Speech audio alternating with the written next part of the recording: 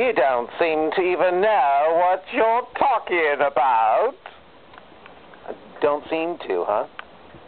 Read this and stoop assuming. I'll stoop to read it. Life is filled with replicating compounds, ribonucleic acid, tRNA, mRNA, deoxyribonucleic acid, etc. I bet you won't say those things are complex, will you? That you will believe they just happened when something, quote, smaller than a proton exploded, huh? Replicating system, such as RNA, is a compound that can reconstruct itself naturally, caused by something, quote, smaller than a proton exploding. Got it. The DNA molecules are made up of 4 different types of what are known as nucleotides: adenine, guanine, thymine, and cytosine. And videotape is made of something even more simple, true? So the first question is, where did the first nucleotides come from? From something exploding that was, quote, smaller than a proton? Bet you don't want to ask where the volatile little object came from, huh? In 1961, an experiment was conducted by Juan Oro. He took 2 chemicals that were common on the primordial Earth. Where's his time machine to prove that? Hydrogen cyanide and ammonia. Not cyanide? Huh. We evolved to be greatly allergic to that, didn't we? And let them in an aqueous solution, aqueous, oh my gosh, I must have been talking to you too long, and left them in an aqueous solution under environmental conditions similar to the primordial Earth.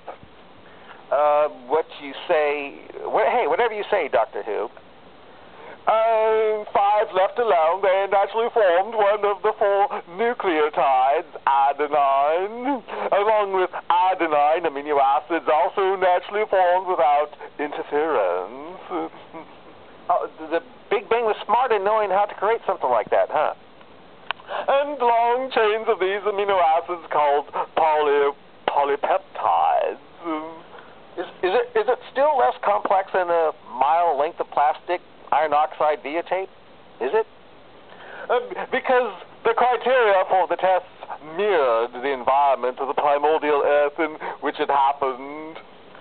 Good thing the TARDIS didn't break down, so we couldn't report. So he could report this, huh? This is substantial evidence that it did, in fact, occur. So it's just by accident that water turns to ice at 32 degrees. Amazing. Long before the discussion of life occurring from natural origins, it was accepted by most scientists that the Earth was several billion years in age. Oh my gosh! And I heard 6,000 years. Someone's wrong. Some of the chemicals that existed during that time also were known. In 1952, it was discovered that compounds such as serum lipids were absorbed from the surrounding area by a substance extremely common to the early Earth called montmorillonite.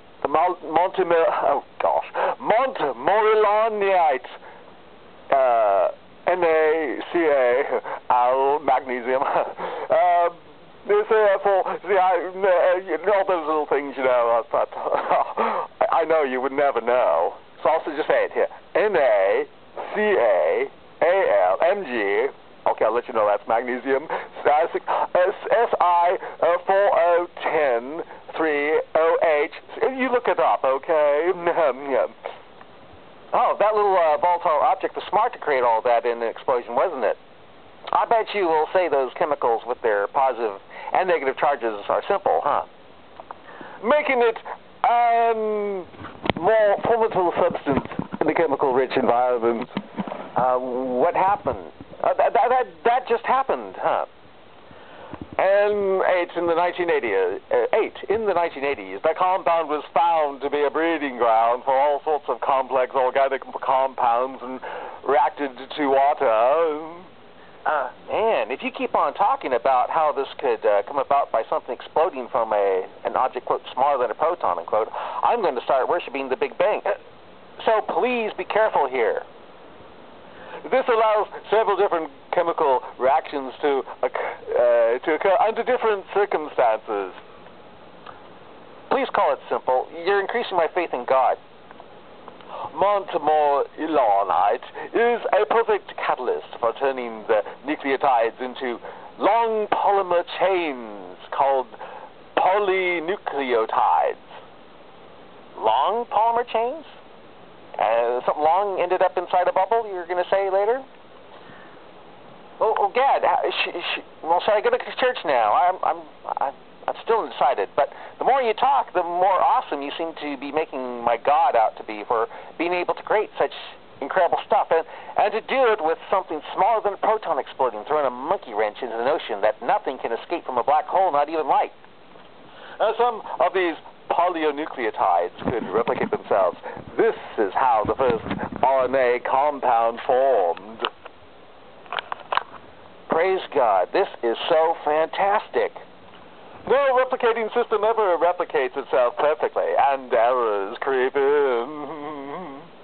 I bet you are going to pull a Samuel Clemens and say, see, this is why there are congressmen and religious people. True? If you do, I might laugh, okay? Some errors were bad for the compound. Oh, which is why we have Republicans, huh? Right? And ones with the mutation would likely break apart. Oh, and form Christians, huh?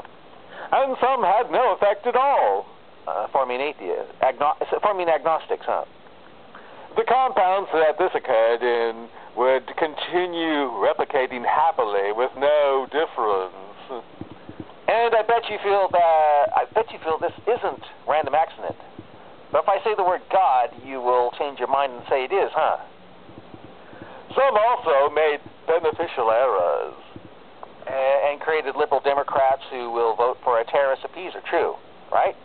But if so, why call them errors? You mean they are mistakes?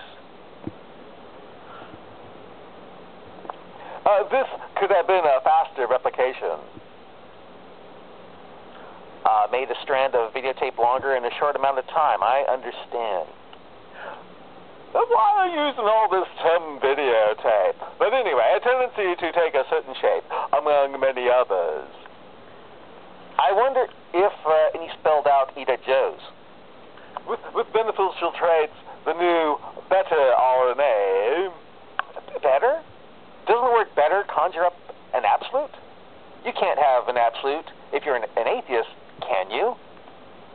Compounds would be better suited for further replication. For further replication? Come on. And why should it get better? If it gets better, won't it eventually turn into a man who gains tons of wisdom only to end up being worm food? Why should it get better for further replication? And the traits would carry on through replication.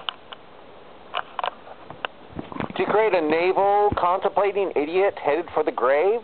Okay. Eventually an RNA compound mutated to the point in which a double strand formed.